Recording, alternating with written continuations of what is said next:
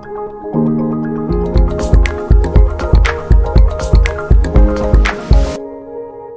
yang belakang layar banget, yang sebenarnya aku juga nggak mau diekspos di depan gitu sebenarnya. Cukup nge-supporting aja mereka gitu sebenarnya, lebih ke situ. Kenapa punya pemikiran cukup supporting mereka? Orang belakangan ini kan kepengennya personal branding, nama Igun atau nama Lucy Willar itu di depan gitu. Kok malah milih di belakang? Orang nggak kenal. Justru orang nggak mau, karena banyak yang mau di belakang, jadi kosong isinya. Jadi mesti aku harus bener-bener, sebenarnya yang penting itu kan akarnya, fondasinya. Nah, aku sebenarnya nggak yang sosialisasi, yang nge-brandingin ulang gitu kan. Kan industri bergerak terus nih, gitu kan. Kalau yang di atas kan lebih fokusnya ke networking aja kan. Gimana dia punya hubungan baik dengan berbagai macam pihak gitu. Tapi yang justru fondasinya harus dikuatin menurut aku. Jadi itu musisi terus-menerus berganti, ada banyak yang baru. Kalau mereka nggak dideketin secara personal, mereka belum tentu mau untuk ikut sama kita gitu maksudnya. Oh gitu ya, bukannya sekarang orang berlomba-lomba untuk masuk ikut award gitu? Kadang gini, dengan pengalaman sebelumnya yang terjadi sepanjang selama ini ya, banyak orang yang sedikit demi sedikit mulai untuk nggak percaya dengan awarding karena mungkin ada yang bilang ada titipan, ada karena yang bikin institusi A gitu ya, pasti yang menang dari situ semua gitu kan. Nah, AMI kan beda sendiri, independen, yang artinya nggak bersangkut paut dengan siapapun kan. Nah, dan dia sendirian ya AMI nih. Jadi tetap bagaimana harus ada orang sosialisasi terus, sosialisasi ke semua orang, ke pihak artis baru sekalipun.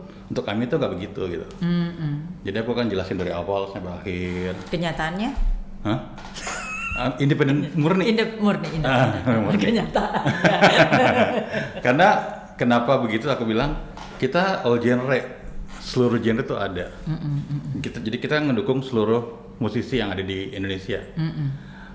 Yang mungkin ya kayak contoh yang nggak ada penghargaan di tempat lain, kayak misalnya lagu rohani kan nggak ada kata, iya nggak ada. Sekarang ada di AMI.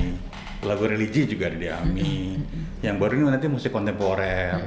Terus ada album musikal. Jadi lebih berkembang lah. Sangat. Untuk jadi boleh dibilang all genre tanpa pilih kasih. Benar. Pokoknya kalau kita bisa bikin award, why not gitu ya? Yeah. Dikasih penghargaan sih. Kan rata-rata kalau awarding lain kan yang populer kan. Nah jadi kalau kita semuanya ada dan nggak harus populer juga. Yang penting secara kualitas tuh baik. Tapi sebelum masuk ke sini, apa yang dijalanin sebelumnya? Apa memang dari awal udah musik-musik aja gitu? Sebelum masuk ke AMI Award? Aku tuh sebenarnya orang biasa. Orang biasa. Ya kita semua orang biasa awalnya ya. Pasti ya. Cuman karena masa kecil itu punya kakak, pertama koleksinya kayak GNR, Metallica gitu ya. Terus kalau kakak yang kedua suka lagu-lagu Indonesia, pop Indonesia. Kakak ketiga suka The Beatles. Oh, ini bungsu? Hampir bungsu. Oh, hampir bungsu. Jadi karena dapat referensi musik setiap hari dari keluarga, akhirnya kan jadi kecekok juga anak adanya paling kecil nih gitu kan.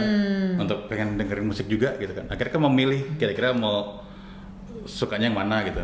Tapi bukan keluarga musisi ya? Bukan, sama sekali enggak. Sama sekali enggak. Enggak. Hanya seneng dengar musik seneng aja. Seneng musik gitu. Sebenarnya pengen bisa nyanyi sih sebenarnya, cuma suaranya nggak bagus gitu kan.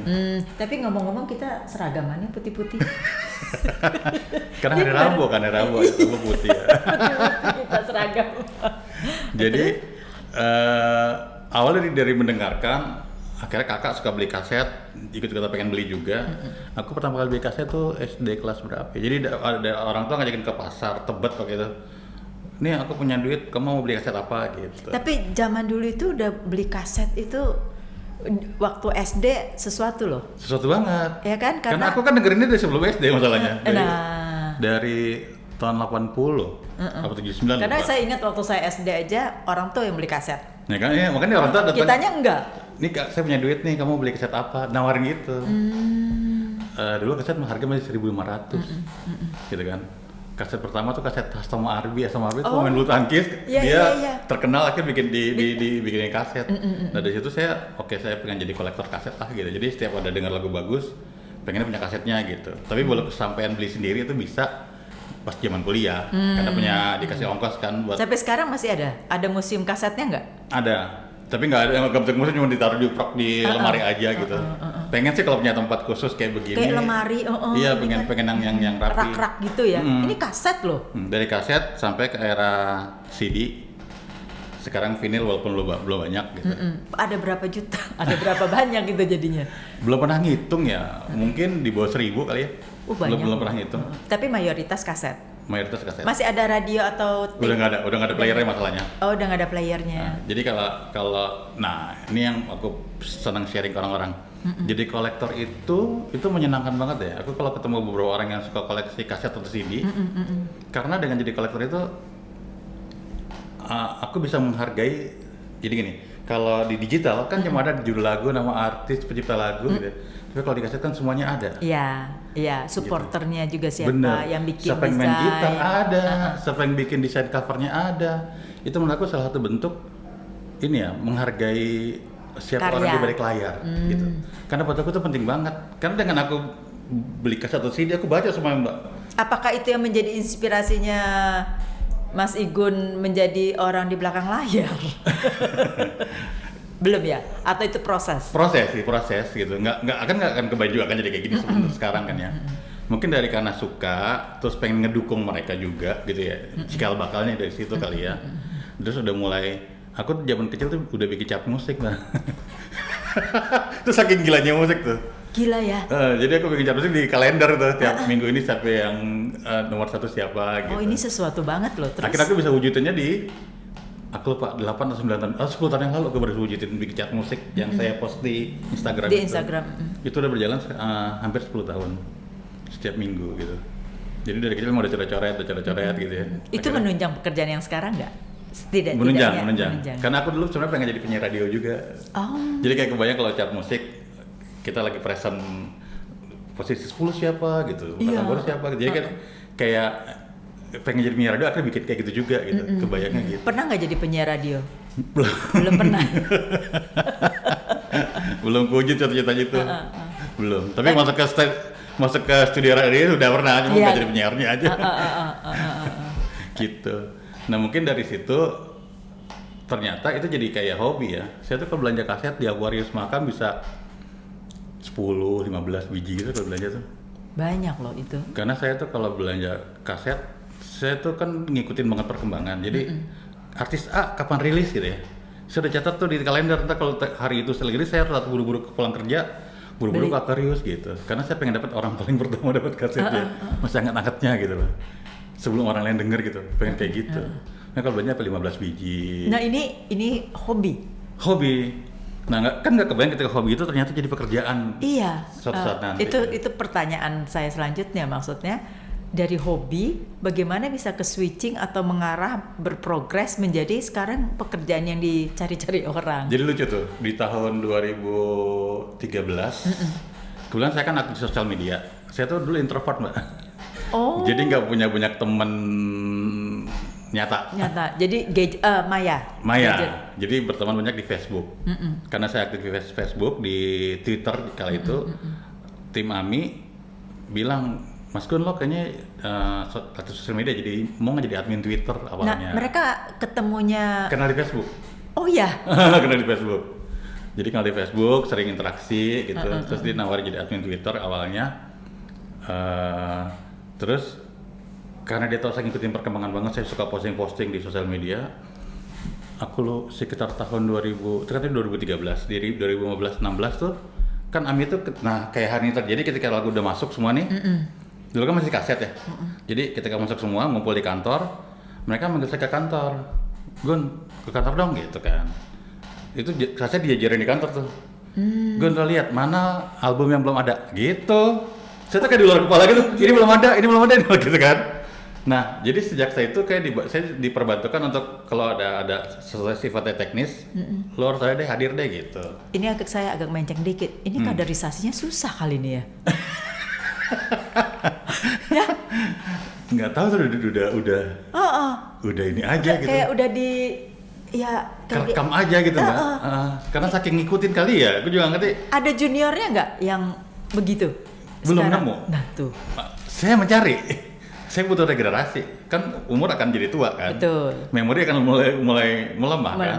Artinya harus ada informasi ini. Ini harus diturunin ke orang yang juga segitunya. Nah, selama ini bekerja sendiri atau ada tim? Sendiri. Oh. Enggak, sendiri dalam arti gini, untuk yang spek kerja Ya. saya sendiri gitu ya. Yang pasti ada di Yang kantor lainnya pasti ada tim lah. Cuma untuk spek kerjaan saya, untuk konten segala macam saya sendiri. Ya mungkin pertama alasannya karena saya juga susah bekerja sama dengan orang ya. Saya juga orangnya mungkin kata orang perfeksionis kali ya. Jadi karena suka nggak puas, jadi paling cara terbaiknya adalah solusinya adalah kolaborasi jadinya. Jadi saya bisa kolaborasi sama media atau apapun itu untuk bikin sesuatu hal jadi sama-sama ngerjainnya. Saya juga belajar untuk kayak Terbuka ya. Terbuka untuk nggak ego Menerima juga orang gitu. kan. Kalau saya sendiri yang ini kan saya maunya gini gitu kan. Tapi kita kerja sama kan kita ngobrol jadi enak. Tapi berarti Mas happy dong ya, maksudnya diberikan keleluasaan dalam ruang berkarya di Ya. tempat ini. Betul. Happy banget. Cuman emang ada dua sisi ya. Karena happy karena itulah sebuah hobi yang saya Menjadi UUD bisa bisa diterapkan gitu ya. Tapi kan nggak happy-nya ketika emang pressure-nya gede banget. Gitu. ya pasti. Sebenarnya gitu. Pasti. Nah, sebenarnya kuncinya adalah di saat era fisik ke digital. Itu kan industri bergeraknya jauh banget, besar banget.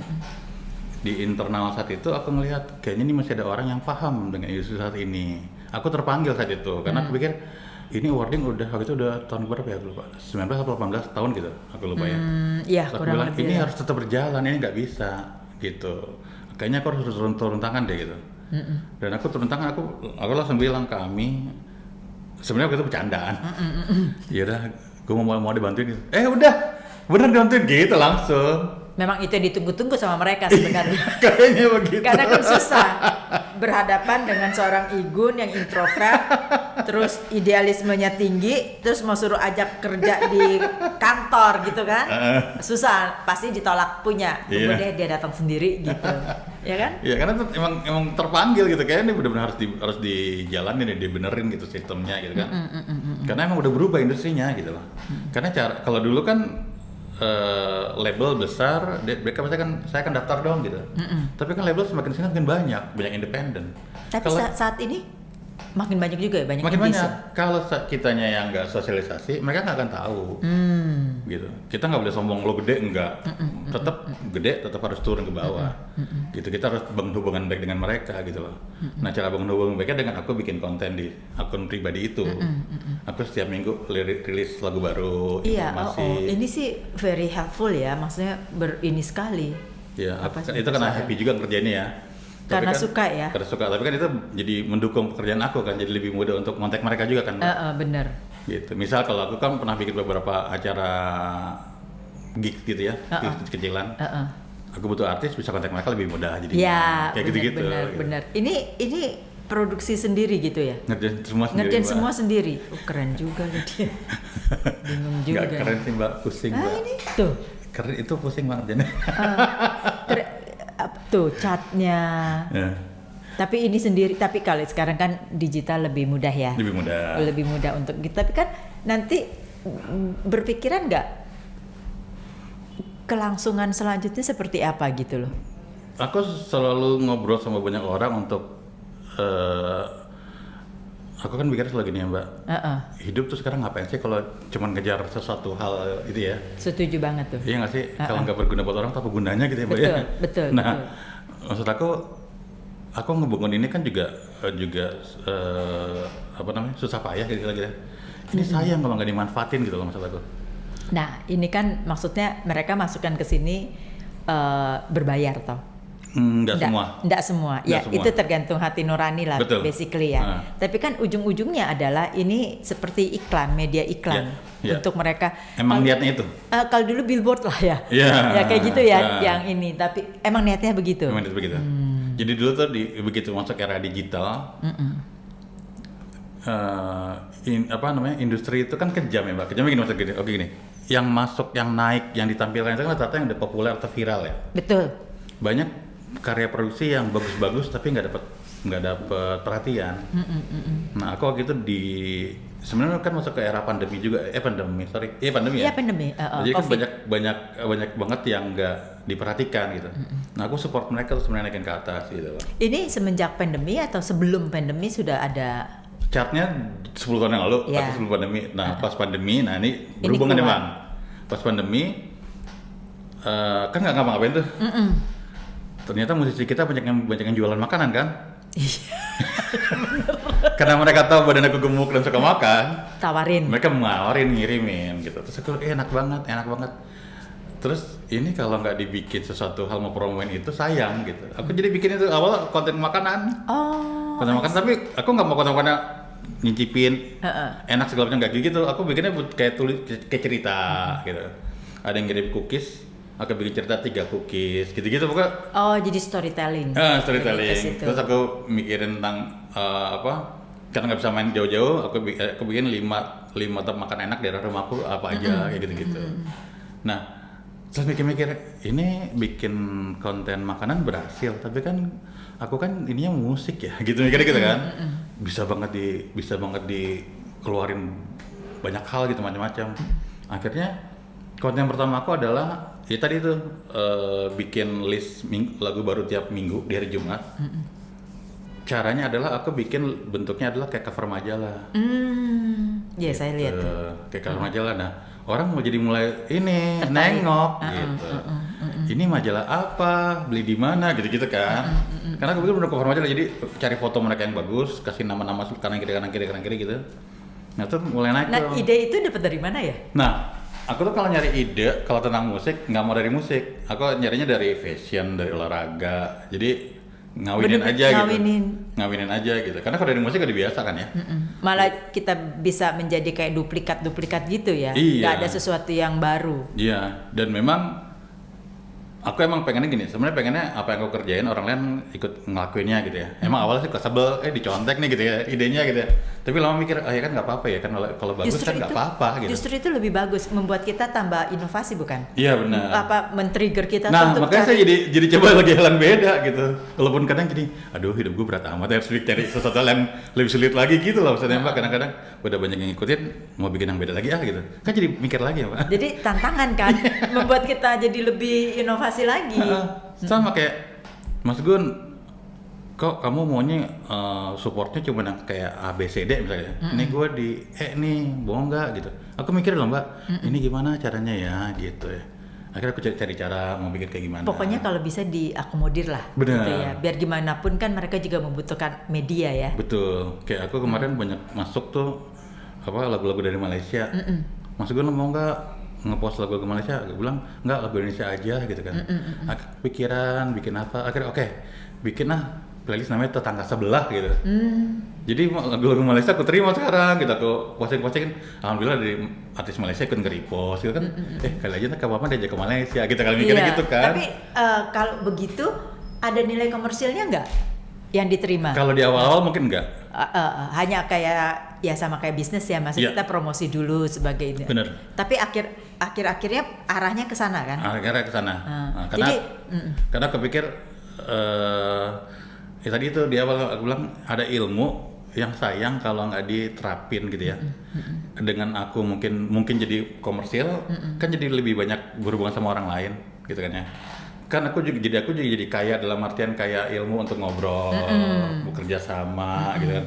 Aku juga punya link jadi lebih lebar lagi gitu kan. Dan yang terakhirnya adalah itu seperti uang pensiun ya. Mungkin ujung-ujungnya Ya, pada saat kita bisa. pensiun hanya udah di rumah, itu menjadi satu media di mana orang mau replacementnya. Ya, saya punya dana segini, oke nggak gitu kan? Jadi tinggal putusannya kita aja kan, putusannya Mas Igun aja kalau ya deh gue terima aja deh nggak apa-apa. Tapi kalau ini gue nggak terima deh, dia ini kok misalnya gitu kan.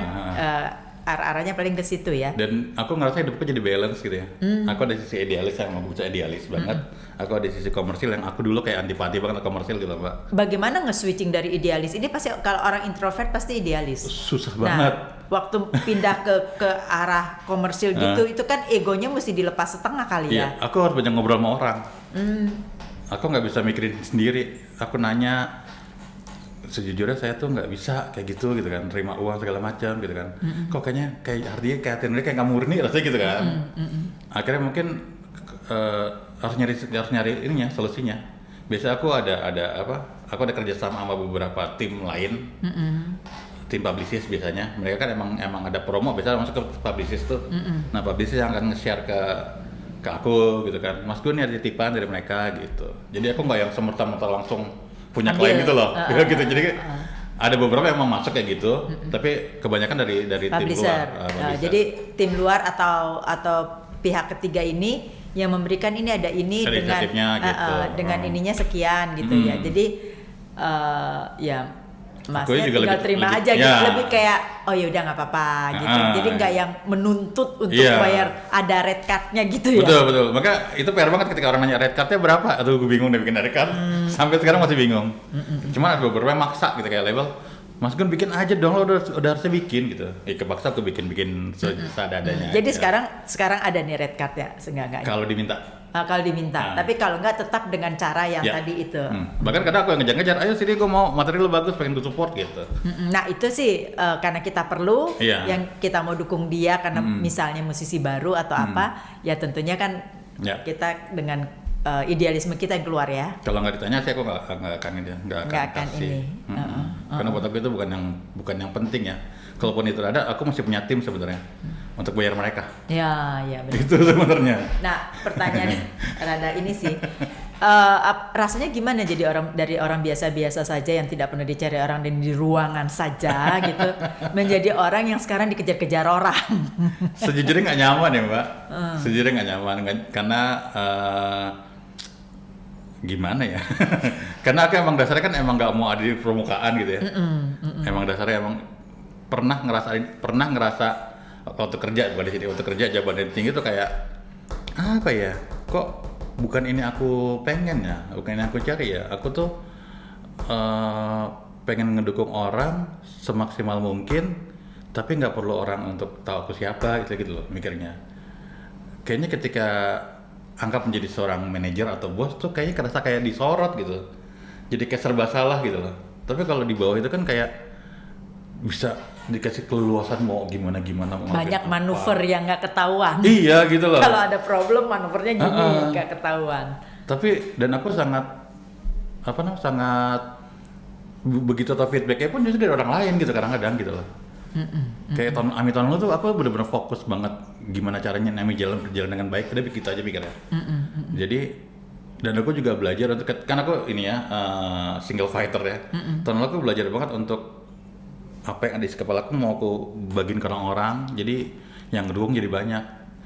Alhamdulillah tahun lalu tuh ada fokus banget, banyak teman-teman yang mau ngedukung gitu ya.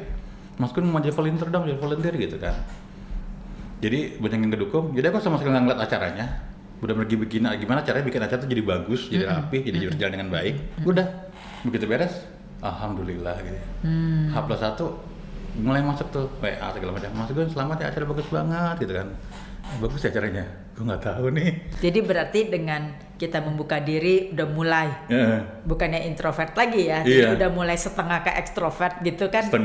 Udah setengah lah ini. Dan aku juga belajar untuk orang lain gak apa-apa salah gitu. Gitu kan kita juga pernah salah zaman dulu gitu. Banyak banget kesalahan terjadi ketika aku delegasi ini ke orang lain. Tapi aku belajar untuk legowo aja terima gitu. Tapi hadiahnya Mbak H+1 adalah pas aku nonton di YouTube, kok bagus banget acaranya ya Allah gitu. Kok ya Allah. Jadi sedih ya. Kayak gini ya. Jadi maksudnya bukan sedih lah, bangga. Sebenarnya bangga, terharu. Kok bisa bikin kayak gini ternyata gitu. Itu luar biasa banget sih. Ketika ada banyak orang ngasih feedback, bagus banget Pak Zur acaranya gitu. Itu gue bilang nggak pernah ngelihat hasilnya, tapi ikutin prosesnya aja. Akhirnya sampai di ujung kayak keguyur balik lagi ya ke gitu. Kita itu ini banget sih ya, itu hadiah. Bagaimana kita membuka diri dan percaya dengan orang lain. Tapi sekali lagi aku kan nggak pernah mau istirahat ya. Jadi kayak beban lagi nih, next mau bikin harus lebih gimana lagi gitu loh, kayak ya Allah hidup gue kenapa begini. Tapi senang sih sebenarnya gitu loh. Tapi kenapa pengennya selalu yang aduh apalagi nih gitu loh. Jadi jiwa introvertnya meronta-ronta nggak sih? Ini kok ayo balik lagi gitu loh, nggak? Ada meronta-rontanya gitu, aduh kayaknya gue udah nggak ini deh, balik lagi gitu, ke dalam satu ruangan yang nyaman gitu. Iya selalu sebenarnya sih, selalu aku sadar itu selalu muncul gitu ya. Cuman kan ketika memutuskan diri untuk memberi ke orang lain kan iya aku harus keluar gitu kan, nggak bisa dengan kayak gitu. Nah, kalau misalnya sekarang nih, ini kan bulan apa sih nanti? November misalnya gitu kan. Ini kan ide sudah mesti diteruat, kayak orang tuh, kalau orang pemerintahan bilangnya gue mau beli ide deh gitu. Jadi brainstorming gitu kan. Kalau tahun lalu dengan kesuksesannya seperti itu melalui proses yang sama nggak, brainstorming dulu atau ada solo ide dari Mas Igun sendiri yang terus dilempar ke tim gitu, atau dilempar ke yang mana nih, yang kita beli idenya atau brainstorming dengan teman-teman, atau benar-benar dari kepala sendiri?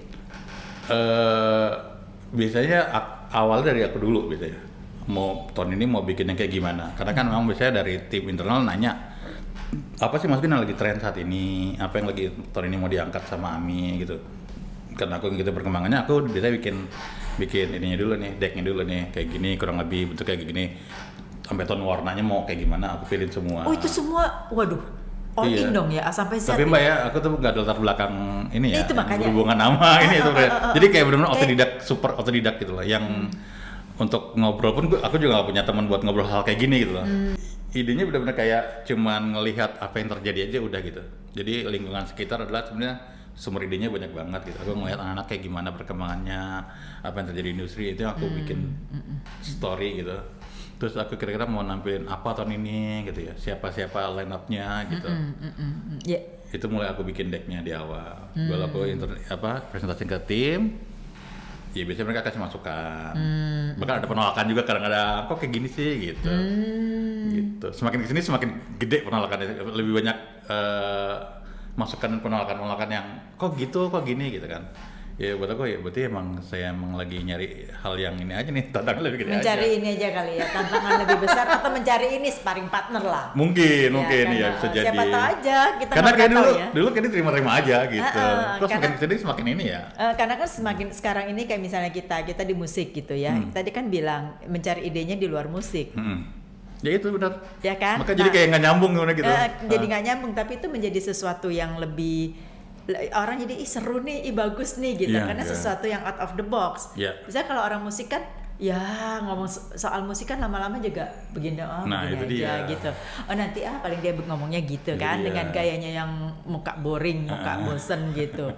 Tapi mungkin sesuatu yang sekarang AMI Award kombinasi dengan apa misalnya gitu kan. Betul. Jadi berarti ya teman-teman ini biangnya nih. Biang masalah. Biang masalah nih ternyata di belakang layarnya. Mau nyerek susah gitu ya, nggak main gampang.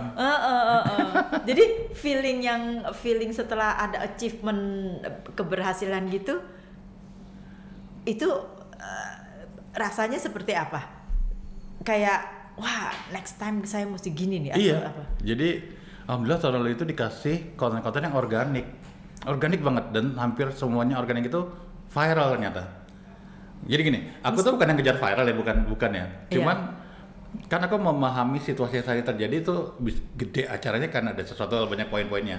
Salah satu poinnya adalah ketika itu jadi viral, akhirnya jadi ada poin plus dari acara tersebut. Dan aku juga harus menyesuaikan situasi saat ini kan. Nah jadi kemarin apa yang viral? Banyak banget, ada speech dari Hindia, ada dari Bernadia, ada dari Salma Salsabil, dari Sal Priadi. Salma Sal Priadi itu 7 tahun nominasi AMI baru sekarang dapat piala. Jadi banyak momen-momen yang tahun lalu tuh banyak banget yang viral karena statement mereka di panggung, penampilan mereka gitu. Yang itu semuanya organik, ya karena pengalaman pribadi 7 kali loh. Iya makanya. Kalau orang mah 5 kali juga udah give up kali, menyerah. Nah makanya. Udah selesai lah gitu. Nah hal tersebut yang sebenarnya inspirasi yang aku pengen share ke orang-orang tentang penghargaan musik AMI terutama adalah bukan tentang menang kalah, tapi tentang sebuah perjalanan bermusiknya lu gitu loh. Dari lu mulai daftar nggak masuk nominasi, daftar masuk nominasi nggak menang, daftar masuk nominasi nggak menang, daftar masuk nggak menang, akhirnya ujung-ujungnya menang gitu kan. Terus abis menang besok nggak menang lagi gitu. Ini adalah sebuah proses yang sebenarnya itu juga bukan mesti, kalau bisa kalian merasakan perasaan itu gitu.